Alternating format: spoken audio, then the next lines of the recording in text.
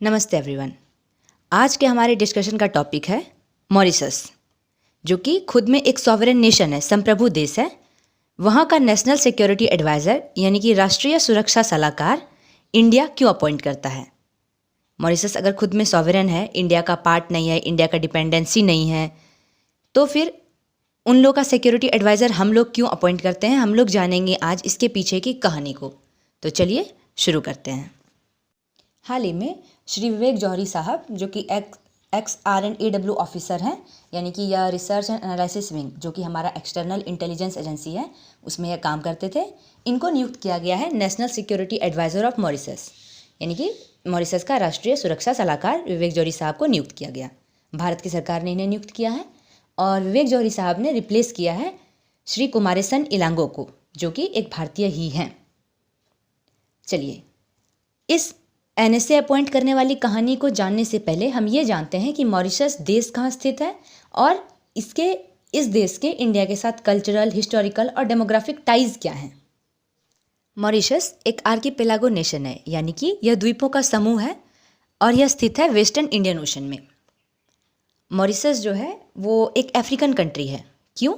तो क्योंकि Mauritius African continent से नज़दीक स्थित है। आप जब अफ्रीकन कॉन्टिनेंट को देखेंगे तो अफ्रीकन कॉन्टिनेंट के साउथ ईस्ट में है मेडागास्कर आइलैंड और मेडागास्कर आइलैंड के ईस्ट में पड़ता है मॉरिशस आर्किपेलागो। मॉरिशस का कैपिटल है पोर्ट लुई और इसकी करेंसी है मॉरिशन रुपी। ये जो अफ्रीकन कंट्री है ये पहले डच की कॉलोनी थी, फिर फ्रेंच की कॉलोनी बनी, उसके बाद ये ब्रिटेन की कॉलोनी बनी। यानी कि इस द्वीप समूह पर सबसे पहले डच ने कब्जा किया था, फिर फ्रेंच ने डच से इसे छुड़वाया और अपने कब्जे में लिया, फिर ब्रिटेन ने फाइनली फ्रेंच से मॉरिशस को छीना था। मॉरिशस ने ब्रिटेन से आज़ादी साल 1968 में पाई थी, यानी कि 1968 में मॉरिशस इंडिपेंडेंट हो गया था। मॉरिशस को one of the Girmitiya countries कहते हैं। अब ये गिरमिटिया क्या है? तो चलिए हम पहले जानते हैं कि गिरमिटिया देश होते क्या हैं। गिरमिट शब्द क्या है, गिरमिटिया का क्या मतलब होता है? गिरमिट यह एक अवधि टर्म है जिसका मतलब होता है एग्रीमेंट, यानी कि समझौता या करार। और गिरमिटिया जो वर्ड है इसको कॉइन किया था श्री मोहनदास करमचंद गांधी जी ने। बेसिकली उन्होंने गिरमिटिया उन लेबरर्स को कहा था जो कि ब्रिटिश इंडिया से ब्रिटेन की अन्य कॉलोनीज़ में जाकर काम करते थे एक एग्रीमेंट के तहत। और गिरमिटिया नेशंस उन देशों को कहा जाता है जो कि ब्रिटेन की फॉर्मर कॉलोनीज़ हैं और वहाँ पर इंडियन लेबरर्स एग्रीमेंट के तहत जाकर काम करते थे। गिरमिटिया कुछ एक नेशंस हैं जो गिरमिटिया नेशंस हैं, जैसे कि Fiji, south Africa, east African country जैसे मॉरिशस, सेशल्स, कैरिबियन कंट्री जैसे त्रिनिदाद एंड टोबागो, फिर सिंगापुर। ये सारी नेशंस को कहा जाता है गिरमिटिया नेशंस। यानी कि इन गिरमिटिया नेशंस के बारे में दो चीज़ एकदम से ही हम समझ सकते हैं।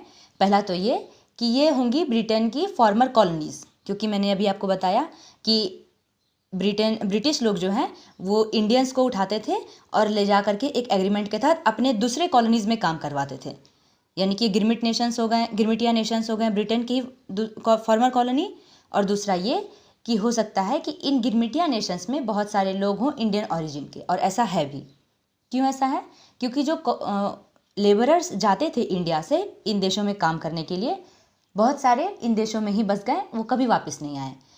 इन देशों की बहुत सारी जो जनसंख्या है उनमें से बहुत सारे लोग ऐसे हैं जो कि इंडियन ऑरिजिन के हैं। चलिए, अब हम समझ गए हैं कि गिरमिटिया नेशंस क्या होते हैं। अब हम पढ़ते हैं इंडिया मॉरिशस के रिलेशंस के बारे में। इंडिया मॉरिशस का जो रिलेशन है ये मल्टी प्रॉन्ग्ड है। हम लोग हिस्टोरिकल, डेमोग्राफिकल और कल्चरल टाइज आपस में शेयर करते हैं। मॉरिशस की जो 68% आबादी है वो है इंडियन ओरिजिन की। ऐसा क्यों है? अभी मैंने आपको बताया कि मॉरिशस एक गिरमिटिया नेशन है, तो जो भी इंडियन लेबरर यहाँ से काम करने मॉरिशस गए उनमें से अबाउट 2/3 जो है वहीं परमानेंटली सेटल हो गए। और इस 68% में 48% लोग जो है वो हिंदू हैं। यहाँ तक कि जो मॉरिशस के अभी प्रधानमंत्री हैं श्री प्रविंद जगन्नाथ साहब, करंट PM ऑफ मॉरिशस, वो भी हिंदू ही हैं। जिस तरह से हमारे देश में श्री महात्मा गांधी जी को बहुत ही हाईली रिगार्ड किया जाता है, उस तरह से मॉरिशस में भी महात्मा गांधी को हाईली रिगार्ड किया जाता है। ऐसा क्यों है? क्योंकि जब साल 1901 में महात्मा गांधी जी साउथ अफ्रीका से इंडिया आ रहे थे तो अपनी यात्रा के दौरान वो कुछ समय मॉरिशस में ठहरे थे और वहाँ पर उन्होंने मॉरिशस में जो लेबरर्स थे उनको उनकी डेस्टिनी को चेंज कर दिया 3 इम्पॉर्टेंट मैसेज समझाकर। पहला, इम्पॉर्टेंस ऑफ एजुकेशन, दूसरा पॉलिटिकल एम्पावरमेंट और तीसरा importance of staying connected with India. इसलिए जो लेबरर्स है वो महात्मा गांधी जी को काफ़ी हाई रिगार्ड में देखते हैं, तो मॉरिशस में ही महात्मा गांधी जी को हाई रिगार्ड में देखा जाता है। यहाँ तक कि महात्मा गांधी जी को होमेज पे करने के लिए मॉरिशस का जो नेशनल डे है वो 12 मार्च को सेलिब्रेट किया जाता है, जिस दिन की महात्मा गांधी जी ने दांडी नमक यात्रा, दांडी सॉल्ट मार्च को शुरू किया था। मॉरिशस के साथ इंडिया के हिस्टोरिकल, कल्चरल और डेमोग्राफिक टाइज होने की वजह से तो ये देश हमारे लिए ज़रूरी है ही, लेकिन इसके अलावा भी मॉरिशस हमारे लिए बेहद इम्पॉर्टेंट है अपने स्ट्रेटेजिक लोकेशन की वजह से। मॉरिशस इंडियन ओशन में वेस्ट में स्थित है। अगर इंडिया मॉरिशस में फर्स्ट रिस्पॉन्डर की तरह नहीं आया और इंडिया का इन्फ्लुएंस नहीं रहा मॉरिशस पर, तो इस गैप को फिल कर देगा चाइना, और चाइना के इस गैप को फिल करने से इंडिया को बहुत बड़ा लॉस होगा, क्योंकि चाइना ऑलरेडी इंडिया को इंडियन ओशन में घेरने का कोशिश कर रहा है अपने स्ट्रिंग ऑफ पर्ल्स स्ट्रेटेजी के तहत। स्ट्रिंग ऑफ पर्ल्स यानी कि मोतियों की माला स्ट्रेटेजी, ये चाइना का स्ट्रेटेजी है। इसके तहत क्या है कि इंडियन ओशन में जितना भी स्ट्रेटेजिकली लोकेटेड नेशंस है, जैसे कि जो जिबूती है जो कि हॉर्न ऑफ अफ्रीका में स्थित है, वहाँ पर चाइना ने एक परमानेंट मिलिट्री बेस एक्वायर कर लिया है। पाकिस्तान का ग्वादर पोर्ट, मालदीव्स में एक पोर्ट है, श्रीलंका का हम्बनटोटा पोर्ट, बांग्लादेश का चिटागोंग पोर्ट और म्यांमार का क्याकफो पोर्ट, इन सारे पोर्ट्स को चाइना ने इधर डायरेक्टली एक्वायर कर लिया है। जैसे कि श्रीलंका के हम्बनटोटा को चाइना ने 99 साल के लिए लीज पर ले लिया है, या फिर कि ऐसा पोर्ट जिसको कि चाइना बनाने में उस देश की मदद कर रहा है, जैसे कि ग्वादर, इसको डेवलप करने में चाइना पाकिस्तान को पैसे दे रहा है। तो डायरेक्टली या तो पैसे देकर या फिर कि पोर्ट को एक्वायर कर चाइना उस देश को इंडेप्टेड कर देता है, मीन्स कि अपने लोन के तले दबा देता है, और फिर अपना इस प्रेशर को यूज़ करता है उस कंट्री को प्रेशराइज करने में, चाइना के जियो स्ट्रेटेजिक इंटरेस्ट को सपोर्ट करने के लिए। तो चाइना के इस घेरने वाली जो स्ट्रेटेजी है स्ट्रिंग ऑफ पर्ल्स, इसको काउंटर करने के लिए इंडिया का अपना स्ट्रेटेजी है नेकलेस ऑफ डायमंड्स।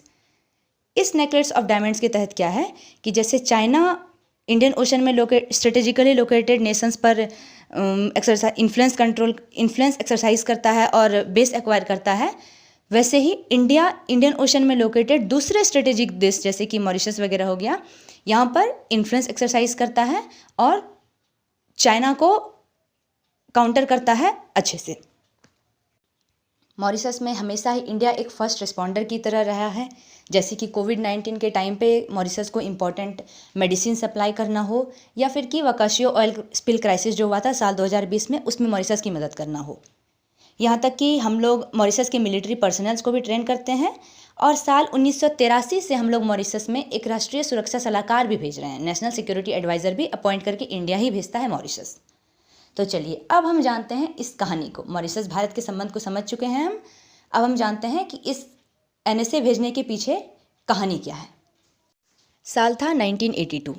मॉरिशस में प्राइम मिनिस्टर थे श्री अनिरुद्ध जगन्नाथ, जो कि मॉरिशस के current prime minister Shri Pravind Jagannath के पिता हैं। अनिरुद्ध जगन्नाथ की सरकार थी, लेकिन बहुत सारी पार्टीज़ आपस में कोलिशन कर सरकार बनाई थी। तो कुछ समय के बाद इस कोलिशन ऑफ पार्टीज़ में कुछ रिफ्ट आ गया और पार्टी में एक रेबल निकले जो कि अनिरुद्ध जगन्नाथ के ही कैबिनेट के मेंबर थे, Paul Berenger. Paul Berenger ideologically Anerood Jugnauth से बिल्कुल ही अपोजिट थे। तो अनिरुद्ध जगन्नाथ को एक कू का डर हुआ, यानी कि एक तख्तापलट होने का डर हुआ, और उन्होंने भारत से मदद मांगी। भारत में तभी प्राइम मिनिस्टर थी श्रीमती इंदिरा गांधी जी। न्यू दिल्ली मॉरिशस की मदद को तुरंत ही तैयार हो गया। क्यों? तो क्योंकि अगर पॉल बेरेंजर पावर में आ जाते तो मॉरिशस न्यू दिल्ली के स्फीयर ऑफ इन्फ्लुएंस से बाहर चला जा सकता था, क्योंकि मैंने अभी आपको बताया Paul Berenger ideologically Anerood Jugnauth के बिल्कुल ही अपोजिट थे। पॉल बेरेंजर एक लेफ्टिस्ट थे और एक कम्युनिस्ट थे, तो उनके पावर में आने के बाद ये हो सकता था कि जो हिंदूज़ हैं उनके खिलाफ हो जाती सरकार और फेवर करने लगती माइनॉरिटीज़ को, मॉरिशस में जो माइनॉरिटीज़ थे उनको, और इससे हिंदूज़ का एक्सोडस हो सकता था मॉरिशस से। तो मॉरिशस को अपने स्फीयर ऑफ इन्फ्लुएंस से बाहर जाने से बचाने के लिए इंदिरा गांधी ने ऑर्डर दिया ऑपरेशन लाल डोरा का। ऑपरेशन लाल डोरा के तहत क्या था कि इंडियन आर्मी और इंडियन नेवी आपस में कोऑर्डिनेट करती और मॉरिशस में मिलिटरीली इंटरवीन कर देती। लेकिन इंडियन आर्मी और नेवी में जो कोऑर्डिनेशन चाहिए वो कभी बन ही नहीं पाया, तो ऑपरेशन लाल डोरा कभी टेक ऑफ ही नहीं कर पाया। ऑपरेशन लाल डोरा तो टेक ऑफ नहीं कर पाया, लेकिन इंदिरा गांधी ने तब यूज़ किया प्लान बी। उन्होंने मॉरिशस में एक कोवर्ट ऑपरेशन चलवाया। इसके तहत क्या था कि इंडियन इंटेलिजेंस ऑफिसर्स जो थे वो मॉरिशस गए, वहाँ की पॉपुलेशन के बीच गए, पार्टीज़ के लोगों के बीच गए, और जो सपोर्ट का लहर है वो अनिरुद्ध जगन्नाथ के फेवर में लाया, फेवर में वो लोग लेते आए। इससे अनिरुद्ध जगन्नाथ का जो पोस्ट है वो बचा रहा और वो पीएम बने रहे मॉरिशस के। और इसके बाद से ही श्री अनिरुद्ध जगन्नाथ ने मिसेस गांधी को रिक्वेस्ट किया कि एक इंडियन ऑफिशियल को नेशनल सिक्योरिटी एडवाइज़र के तौर पे मॉरिशस भेजा जाए। तब से ही एक एनएसए इंडिया अपॉइंट करके मॉरिशस को देता है और वो मॉरिशस उस व्यक्ति को अपना एनएसए के तौर पे अपॉइंट कर लेता है। ये प्रैक्टिस तब से चला आ रहा है। अब तक 20 इंडियन ऑफिसर जो हैं वो मॉरिशस के एनएसए के तौर पर सर्व कर चुके हैं। एक ही एक्सेप्शन था साल 2000 से 2003 के बीच, जब दीपक वोकून जी मॉरिशस के एनएसए बने थे। उनको इंडिया ने अपॉइंट नहीं किया था, वो मॉरिशस के द्वारा ही अपॉइंट किए गए थे। हम मॉरिशस के एनएसए की पीछे की स्टोरी को जान चुके हैं। इसके अलावा हमने पढ़ा इंडिया और मॉरिशस के रिलेशंस के बहुत सारे एस्पेक्ट्स को। एग्जाम पर्सपेक्टिव से हमने बहुत कुछ पढ़ा, कुछ एक पॉइंट्स अलग से पढ़ते हैं। जैसे कि मैंने आपको बताया कि मॉरिशस एक अफ्रीकन कंट्री है, तो मॉरिशस अफ्रीकन कंट्री होने के साथ साथ अफ्रीकन यूनियन का भी एक मेंबर है। अफ्रीकन यूनियन क्या है? यह एक ग्रुप ऑफ कंट्रीज़ है जिसमें 55 अफ्रीकन देश हैं। इसके हेडक्वार्टर्स हैं एडिस अबाबा, इथियोपिया। एडिस अबाबा जो है ये कैपिटल है इथियोपिया की। फिर जो G20 समिट हुआ था 9-10 सितंबर में, इस समिट में एक नया मेंबर जुड़ा इस बारी, अफ्रीकन यूनियन, ये भी हम जानते हैं।